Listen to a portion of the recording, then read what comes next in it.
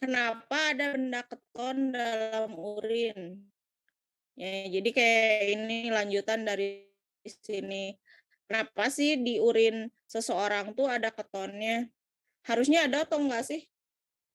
Kalau glukosa ada nggak? Harus ada nggak? Boleh Enggak. nggak ada urin di glukosa di urin? Enggak. Nggak ada, nggak boleh ya. Protein boleh ada nggak? Enggak juga harusnya. Nggak juga. Enggak, Bu. Kenapa sih nggak boleh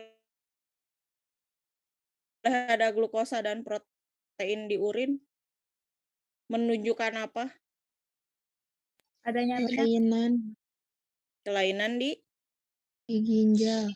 di ginjal. Kelainannya kelainan apa? kelainan Fungsi ginjal yang mana? filtrasi. Filtrasi. Filtrasi ya. Karena kan glukosa, protein tuh molekul yang besar ya. Nah, biasanya molekul yang besar tuh kesaring sama ginjal. Kalau ginjalnya nggak bisa nyaring, biasanya ada di urin gitu. Ya, jadi sebenarnya nggak boleh tuh kalau protein dan protein dan glukosa. Nah, kalau keton boleh nggak? Boleh ada nggak?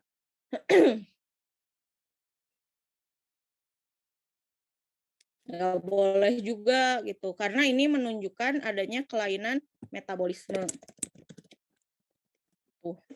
Metabolisme apa aja? Biasanya metabolisme glukosa, karbohidrat, sama metabolisme lemak juga.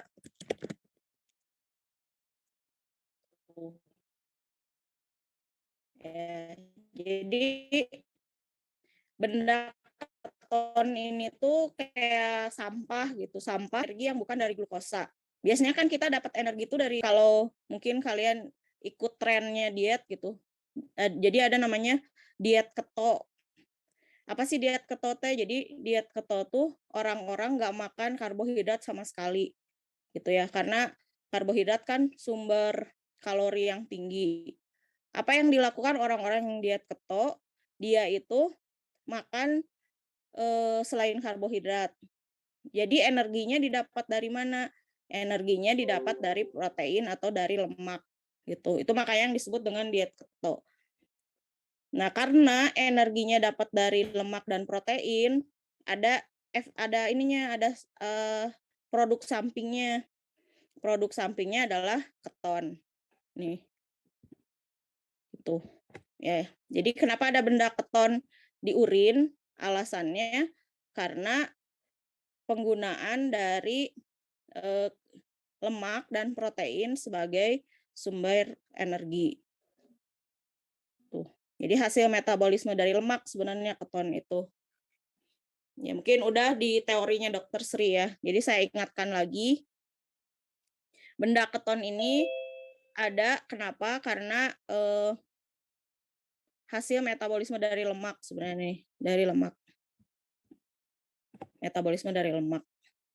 Kenapa sih ada orang yang besar-besaran metabolisme lemaknya? Ya tadi karena diet karbohidrat misalnya, karena dia nggak mendapatkan energi dari karbohidrat, jadi kepaksa pakai energi yang dari lemak. Tapi efek sampingnya adalah adanya keton gitu. Kemudian benda keton ini ada juga akan positif pada orang yang diabetes. Kenapa kira-kira?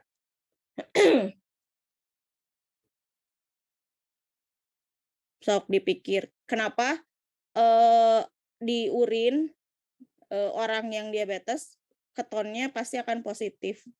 Kenapa?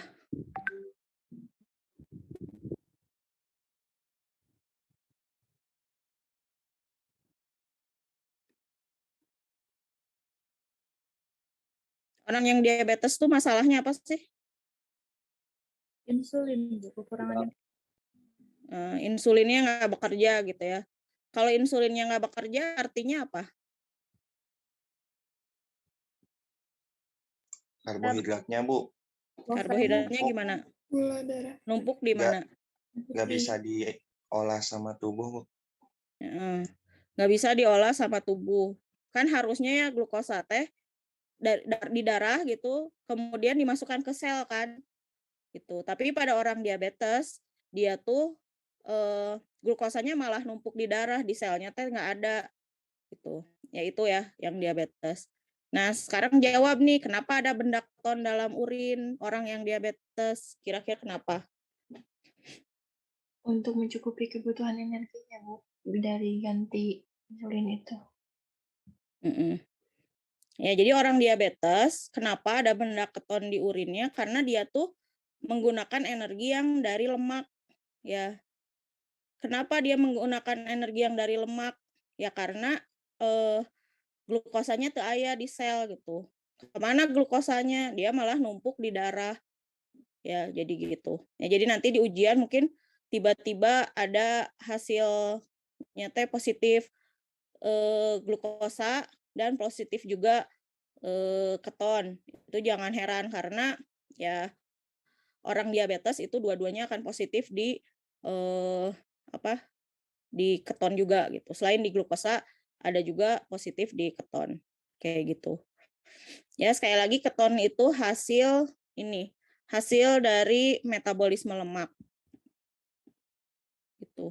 Jadi kalau orang yang mengurangi glukosa itu kemungkinan si ketonnya tuh akan positif di urinnya gitu. Jadi banyak hasil metabolisme lemaknya. Gitu. Sama dengan orang yang diabetes. Ya orang diabetes tuh energinya berasal dari lemak sehingga positif sehingga banyak sampah dari hasil metabolisme lemaknya gitu. Ya. Seperti itu. Kemudian ini feses Tuan Y. Ada apa aja nih? Oh, ada Yang lemak. ada lemak. Boleh nggak sih di urin ada lemak? Di feses ada lemak?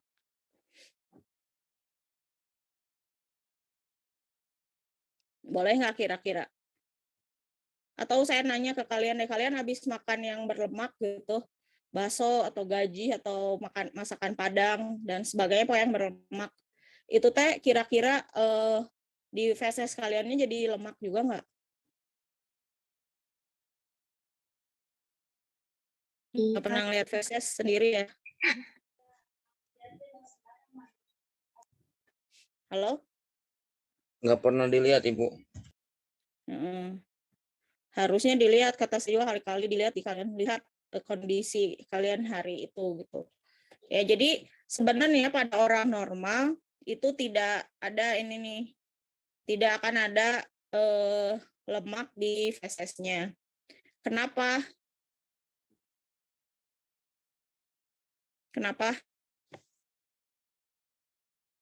Lemak tidak Di dikeluarkan biokimia ini udah disampaikan. Gimana, Gina? lemak tidak dikeluarkan di jalur itu, Bu, tidak melalui feses. Kenapa? Pernah ini dijelaskan di biokimia. Kenapa nih? Jadi tubuh tuh ada apa sebenarnya sehingga lemak tuh mudah diabsorpsi, kemudian diubah dan sebagainya. Ada apa? Malabsorpsi usus bukan, Bu? Bukan, ada zat gitu. Zat yang sehingga ketika kita makan lemak tuh sama zat tersebut tuh lemak tuh bukan bentuk lemak lagi gitu. Karena untuk menyesuaikan kondisi tubuh yang penuh air. Ada apa?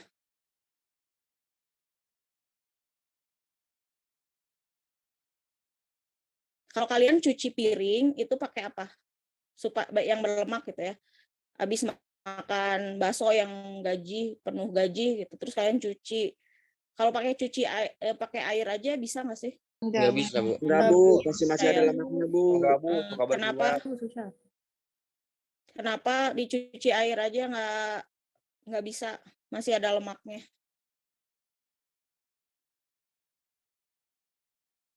Karena apa nih? Prinsip kelarutan gimana?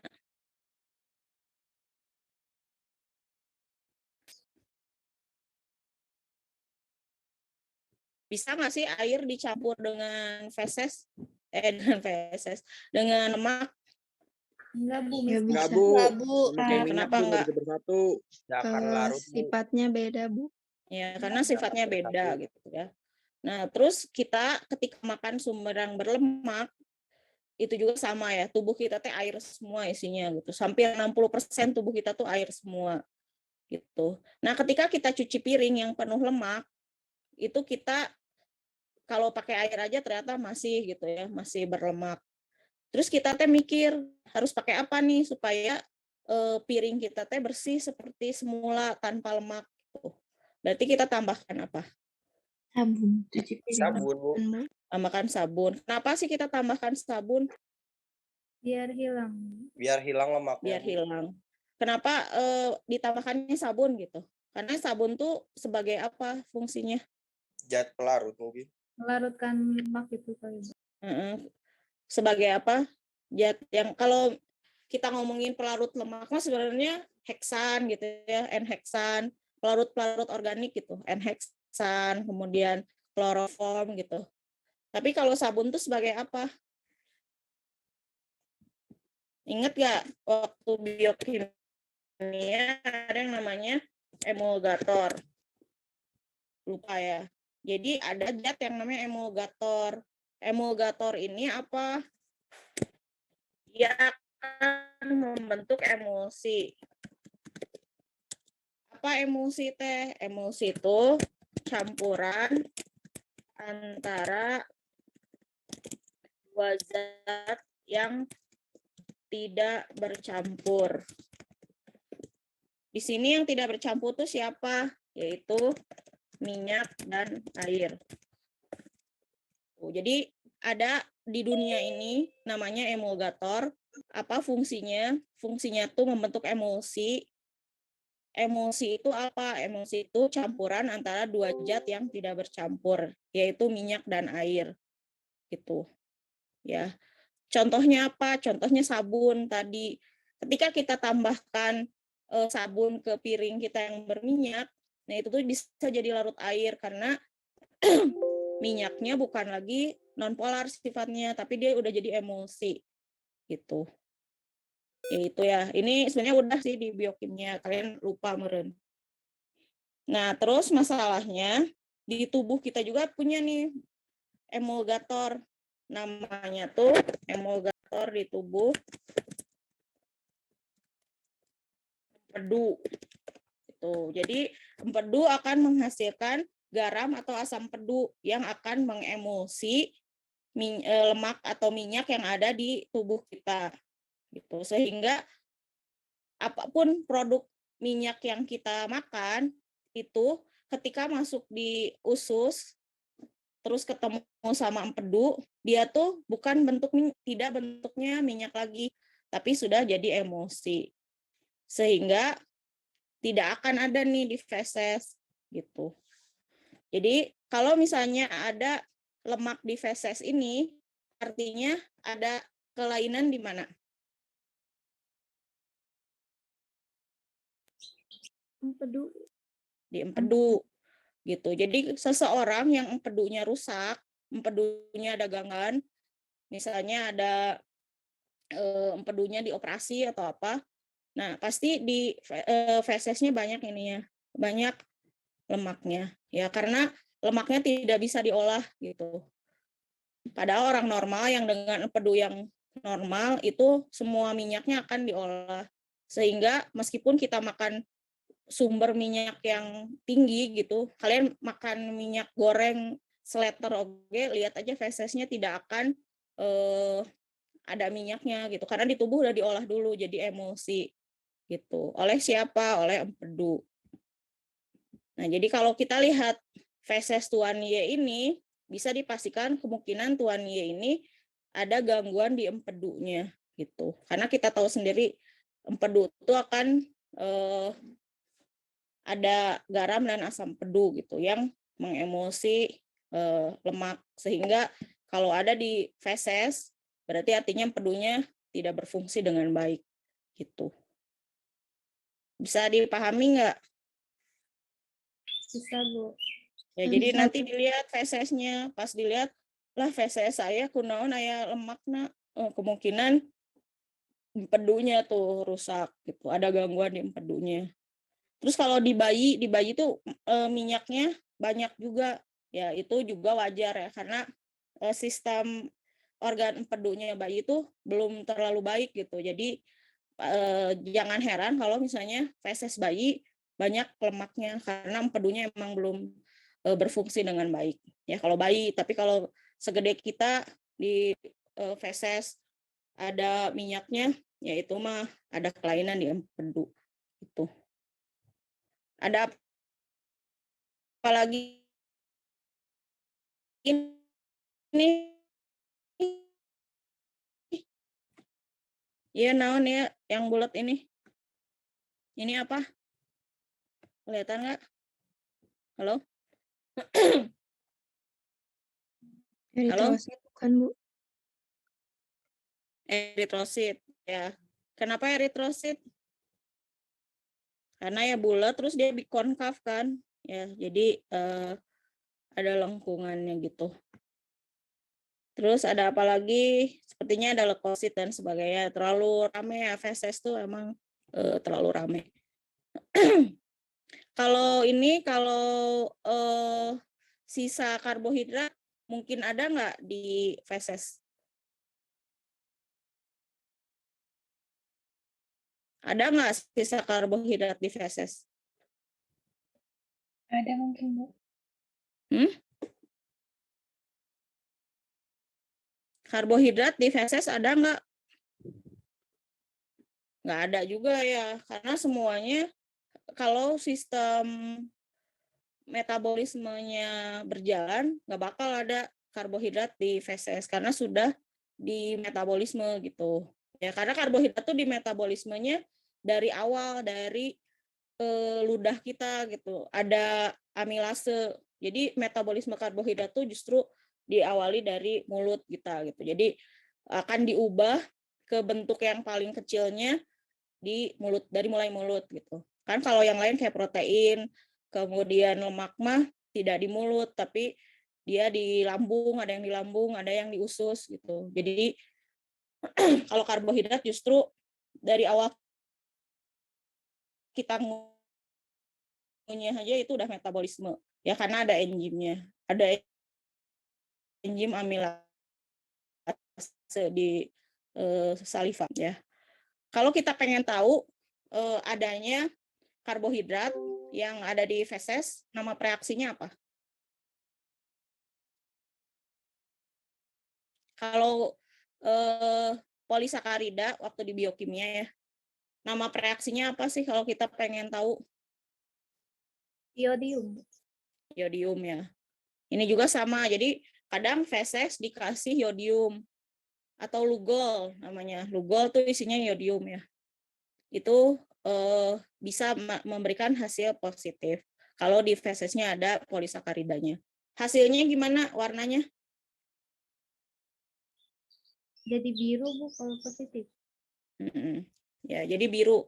Jadi nanti kalau kalian teteskan di feses di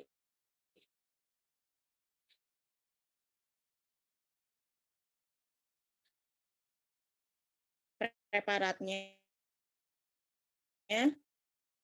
preparat yang fesesnya ada polisakaridanya, nah ada polisakarida karena sebenarnya makanan kita tuh semua di metabolisme kan. Jadi di feses tuh benar-benar sisa-sisa makanan yang udah nggak kepake di tubuh gitu ya. Berarti kalau ada ya ada kelainan di tubuhnya. Kalau feses nama reaksinya apa? Feses ini teh apa, lemak, nama reaksinya?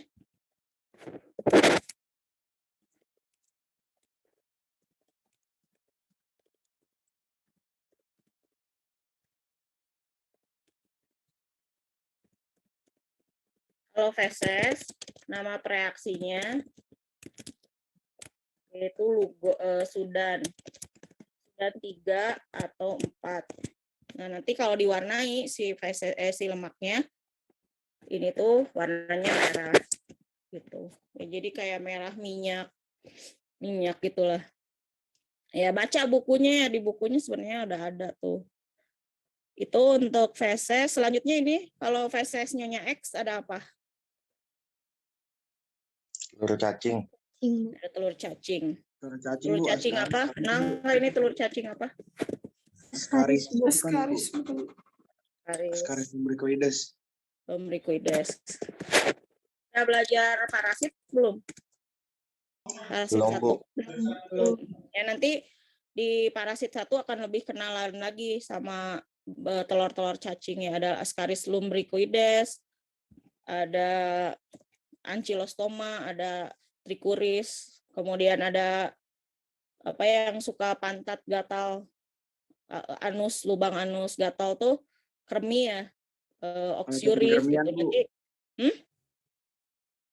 kenapa? Ya ada ya, namanya teh Oscuris vermicularis gitu. Nanti di semester depan berarti di parasit 1 tentang helmintologi, cacing, tentang cacing. Ini cari di buku. Ada yang menjawab tadi bagaimana pemeriksaan benzidin Tauber di feses. Benzidin Tauber teh buat periksa apa?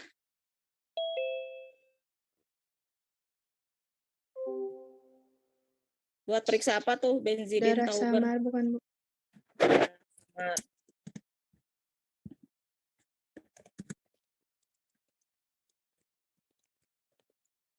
ya, jadi buat periksa darah samar. Karena darah tuh kemungkinan misalnya kalau di fesesnya berdarah, ya udah jelas ya, udah ada darahnya gitu. Biasanya itu teh luka di saluran bagian bawahnya. Misalnya di anusnya gitu, di anusnya luka, pasti si fesesnya tuh darahnya darah segar gitu. Nah kadang di feses tuh nggak ada darahnya, tapi pas kita cek mikroskopisnya banyak tuh eritrositnya gitu. Ya itu mah biasanya lukanya teh di saluran cerna yang tengah gitu. Nah tapi di fesesnya tuh kadang ada kondisi di fesesnya teh nggak ada darahnya, di mikroskop nggak ada darahnya, tapi pas di benzidin Tauber atau darah samar, makanya dia namanya darah samar ya, karena nggak kelihatan secara makroskopis, mikroskopis nggak kelihatan. Nah itu ada gitu, kadang ada namanya darah samar. Nah ini biasanya ada perdarahan di saluran cerna atas. Gitu. Jadi fesesnya mah nggak berdarah, tapi ternyata ada darah samarnya gitu ya. Prinsipnya ya sama lah, nanti cari di buku. Cuma karena dia darah, ini yang terlibatnya di prinsipnya adalah hemoglobin. Ya, cari nanti oleh kalian. Kemudian ini yang baru praktikum minggu kemarin, apa sih bedanya transudat dan eksudat? Kalau transudat, Bu, cairan yang dihasilkan karena kelainan tekanan osmosis. Kalau eksudat, cairan yang dihasilkan karena adanya inflamasi. Iya, gitu ya. Jadi dari sumbernya aja udah beda. Kalau transudat mah dari tadi kata Firdaus dari perbedaan tekanan osmosis. Ya kalau tekanan osmosisnya berbeda, pasti si air teh cairan tuh akan bocor gitu dari sel ya. Itu yang menyebabkan transudat. Kalau eksudat ya tadi akibat adanya inflamasi, bisa oleh bakteri, virus gitu, jamur dan sebagainya. Kemudian perbedaan lainnya dari segi makroskopisnya gimana? Warnanya Bu, transudat jernih, eksudat keruh Bu. Jadi kalau transudat tuh cenderung lebih jernih ya, kalau eksudat tuh lebih keruh. Kenapa sih transudat lebih jernih? Atau eksudat lebih keruh? Kenapa? Eksudat karena adanya inflamasi, Bu, peradangan. Karena ada peradangan. Kalau ada peradangan berarti apanya yang tinggi? Leukositnya bukan, Bu? Leukositnya. Selain leukositnya apalagi yang tinggi? Bakteri itu akan menghasilkan apa ya? Metabolit salah satunya. Apanya yang tinggi yang menyebabkan eksudat keruh itu apa sebenarnya? Protein Bu. Protein. Ya, jadi ini kenapa keruh? Ya karena banyak isinya gitu ya. Karena dia inflamasi, jadi segala macam metabolisme dari bakteri atau virus tuh tinggi gitu ya. Karena kan bakteri tinggi di situ. Jadi kan sel leukosit yang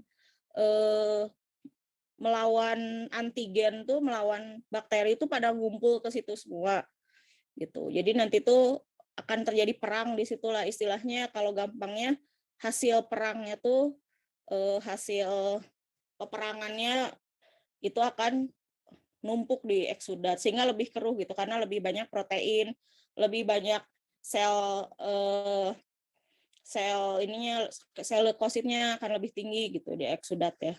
Kalau di transudat tuh cenderung kelainan cairan biasa aja gitu. Itu bedanya.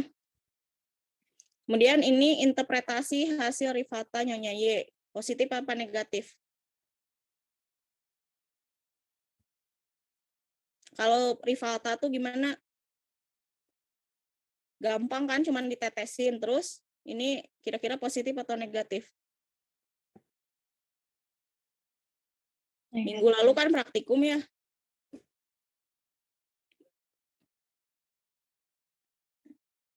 Positif atau negatif nih? Positif, Bu. Ya, jadi ada positif nih. Jadi kalau misalnya kalian meneteskan eksudat, ini kan Rifata tuh buat mengetahui bedanya transudat eksudat ya. Kalau seperti ini tuh artinya positif. Pertanyaan selanjutnya, Rifata tuh isinya apa? Asam asetat glasial, Bu. Asam asetat kan, pas kalian praktikum pasti bau cuka. Ya karena isinya Rifata itu adalah asam asetat. Pertanyaan selanjutnya, Rifata buat periksa apa?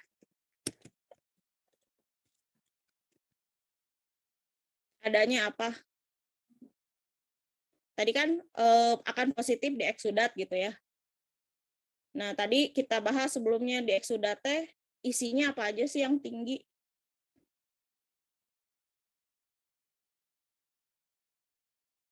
Tadi eksudat kenapa keruh? Karena kata saya teh tinggi apanya? Leukosit, Bu. Protein leukosit. Leukosit, protein gitu ya. Nah, jadi kira-kira Rifata ini buat mengetahui apa? Protein dalam cairan kan, Bu? Iya, jadi sebenarnya ini untuk mengetahui protein ya di cairannya gitu. Karena Rifalta isinya asam asetat, maka kalau di cairan rongganya ada proteinnya, dia akan menggumpal. Pertanyaannya, kenapa? Ini untuk menjawab yang ini. Ini prinsipnya sama kayak bank yang tadi. Gimana tuh? Gimana Indira? Denaturasi lagi, Bu. Iya, denaturasi. Jadi kalau ada protein dalam cairan pleura bereaksi dengan asam asetat yang ada di Rifalta, maka protein akan terdenaturasi dan menggumpal. Itu. Ya, jadi makanya ini kenapa menggumpal, karena ada denaturasi protein. Seperti itu.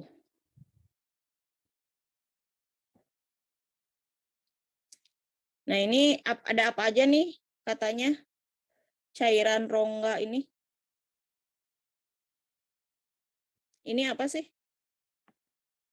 Monosit, Bu. Ya, monosit. Terus ini Eosinofil kan? eosinofil apa neutrofil segmen? Fil segmen. Neutrofil segmen ya. Karena eosinofil kan 2 ya, kayak kacamata gitu. Ini Segmen juga. segmen juga. Ini Sama, Bu. Sama, Bu. segmen juga ya. Jadi ini isinya banyak mononuklear apa polimorfonuklear? Mono, Bu. Poli. Poli, Bu. Mono apa poli? Poli, Bu. Poli ya. Jadi kan minggu lalu dibahas kalau sel darah tuh ada yang mononuklear kayak ini. Jadi si intinya itu cuma satu kayak gini. Tapi ada yang poli. Nah, ada yang poli banyak gitu ya. Gitu. Ini ada yang 3, ada yang 2. Kalau yang banyak polimorfonuklear tuh transudat atau eksudat? Eksudat. Eksudat ya. Ya, jadi ini tuh sebenarnya gambaran dari eksudat. Ada lagi nih tambahan, sebenarnya itu bakteri. Ya. Jadi nanti kalian juga semester depan akan ketemu sama bakteri. Jadi kenalan tuh bakteri kalau diwarnai akan seperti apa tampilannya. Ya, jadi jawaban untuk ini adalah, meskipun ya saya salah nulisnya, jadi kalian juga tengah jawab. Ditemukan banyak polimorfonuklear, sel polimorfonuklear, dan adanya bakteri. Gitu. Itu jawaban dari pertanyaan praktikum ini. Ini sebenarnya yang sudah kalian lakukan semuanya ya, di urinalisis dan cairan tubuh. Ada dulu yang mau ditanyakan? Yang lain ada kan? Saya tuh cuma ngelihat di sini yang merespon tuh Indira gitu, terus Gina, Firdaus, kadang-kadang Vina, Salsa. Yang lain ada nggak? Hadir atau Ada, Bu. Ada Bu. Ada. catat ya? Ya, karena nanti ujian tuh akan ada juga pertanyaan-pertanyaan seperti ini. Jadi harapannya bisa gitu. Baik, selanjutnya kita bahas untuk yang minggu depan. Minggu depan tuh karena mengganti yang hari ini dan minggu depan juga. Jadi ada 2 gitu ya, dari pagi-pagi kita praktikumnya gitu. Kita akan membahas tentang